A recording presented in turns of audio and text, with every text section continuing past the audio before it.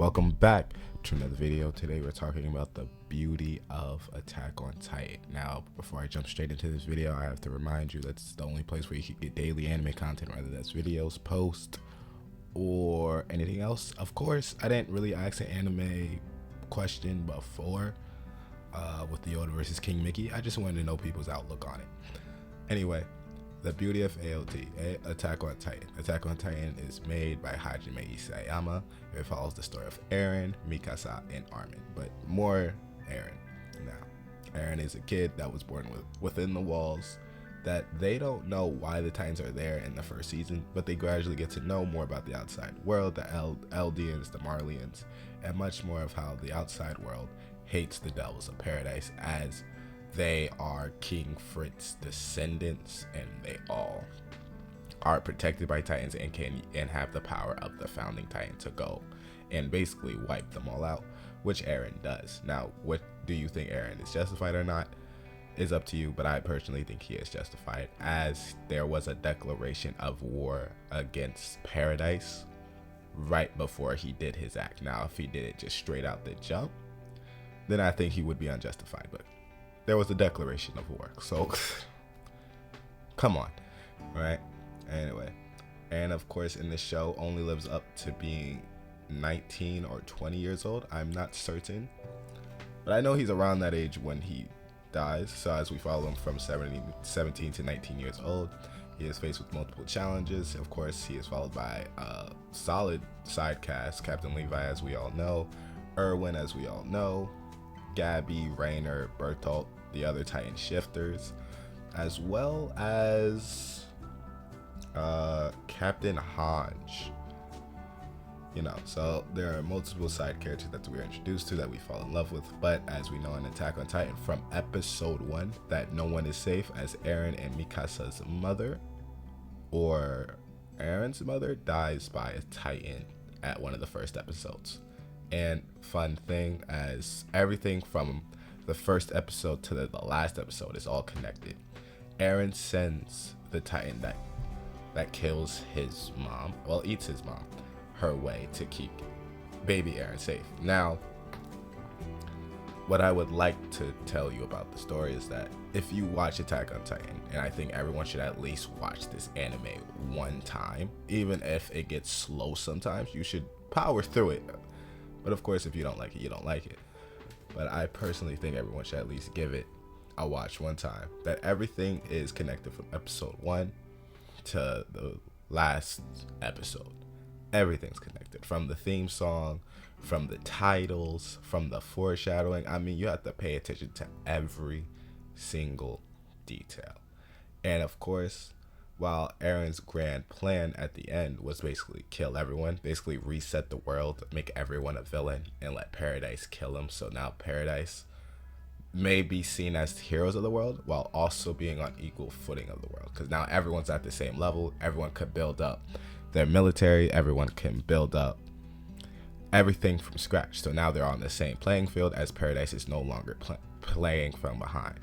And as we see, he does it to his own detriment, because Eren, without a fact, with the power of the founding Titan, he knows the past, present, and the future of how it can all play out. So he seeks another plan. He seeks another issue. He's angry because there's no other answer than to wipe out most of all civilization. He's a good heart, but he knows what has to be done at the end of this.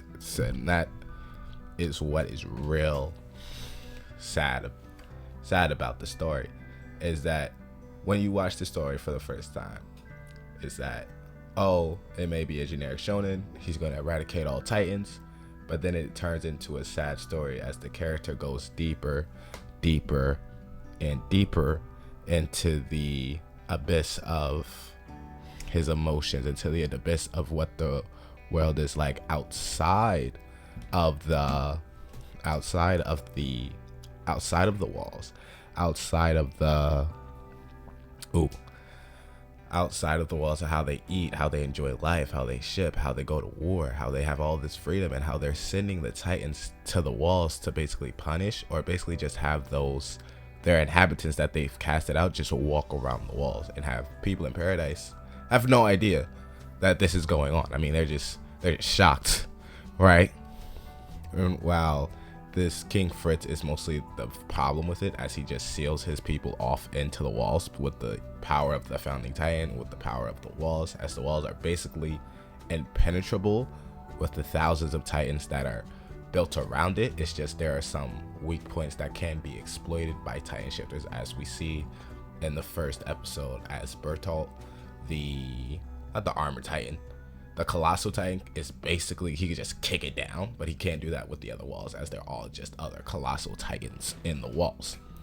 So with that, it's a story of a boy that gets to know and understand the world, that there is no other solution within the world that can bring peace to everyone, bring peace to his people, bring peace to the entire world, where he wants to be happy. He wants to love Mikasa. He wants to be in a relationship.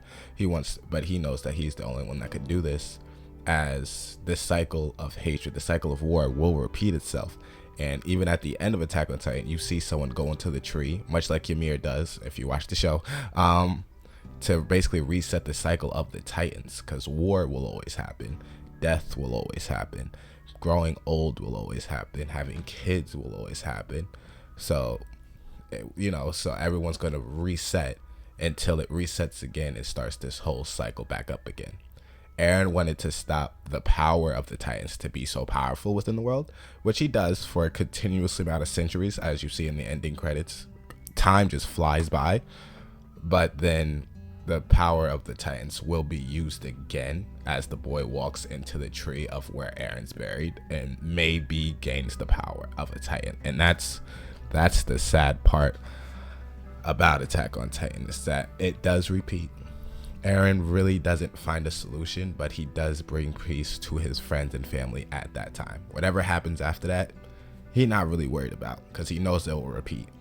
But at that time, he just wants to bring peace to everyone at the cost of millions of lives that he doesn't want to take. But it's honestly real sad what had to happen in the story of Attack on Titan. It's a beautiful story. It's a great rewatch. I may rewatch it in the future. Of course, the downside of Attack on Titan, of how it was released, I mean, it was released in part 1, part 2, final part 1, and that's the only takeaway of Attack on Titan, that it was just released so far apart instead of just not one continuous series, of course, but that the final season was split up into, I think, 6 parts. How dare they do final part 1? What sense does that make? Anyway, like and subscribe, and I will see you in the next one.